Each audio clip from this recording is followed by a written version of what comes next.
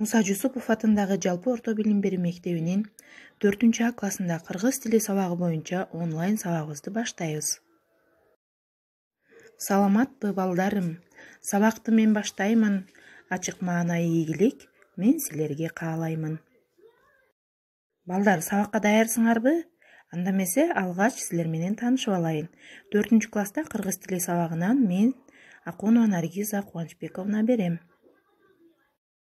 Балдар, бүгүнкү сабагыбыздын темасы уңгуу жана мүчө, саламдашуу, коштошуу деп аталат.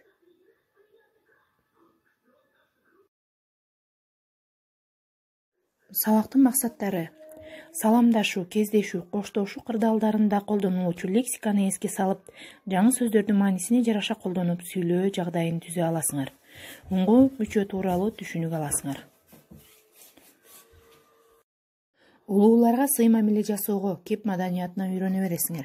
Өз алдынча иштөө жөндөмдүүлүгүңөрдү өнүктүрөсүңөр. Теманы кунт коюп түшүнүп алабыз. Уңгуу сөздүн бөлүүгө мүмкүн болбогон негизги бөлүгү.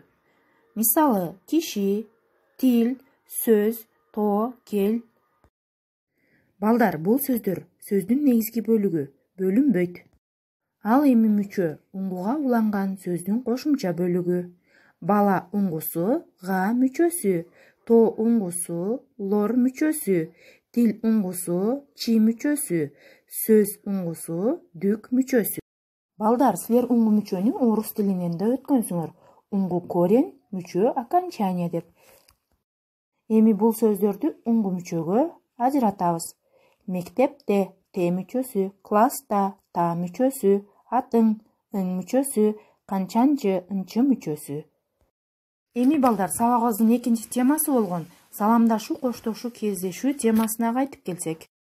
Саламдашуу бул улуу маданият. Саламдашуунун түрдүү адеби бар. Дүйнө элдеринин бардыгы ар түрдүү саламдашышат. Мына жогорудагы сүрөттөргө көңүлүңөрдү бурамын. Ал эми биз мурунку класстарда өткөнбүз кандай саламдашыштын түрлөрүн. Мисалы, мугалимдер менен, улуу адамдар менен саламатсызбы деп саламдашабыз. Эркек адамдар менен, аталарыбыз менен салам алейкум деп саламдашабыз. Досторубуз менен кандайсың деп саламдашабыз. Салам деп саламдашабыз. Ал эми улуу адамдар менен, аксакалдар менен амансызбы деп саламдашканды бүгүн үйрөнөбүз. Биринчи тапшырма. Жаңы сөздөрдү кайталагыла, сөз айкаштарын окугула.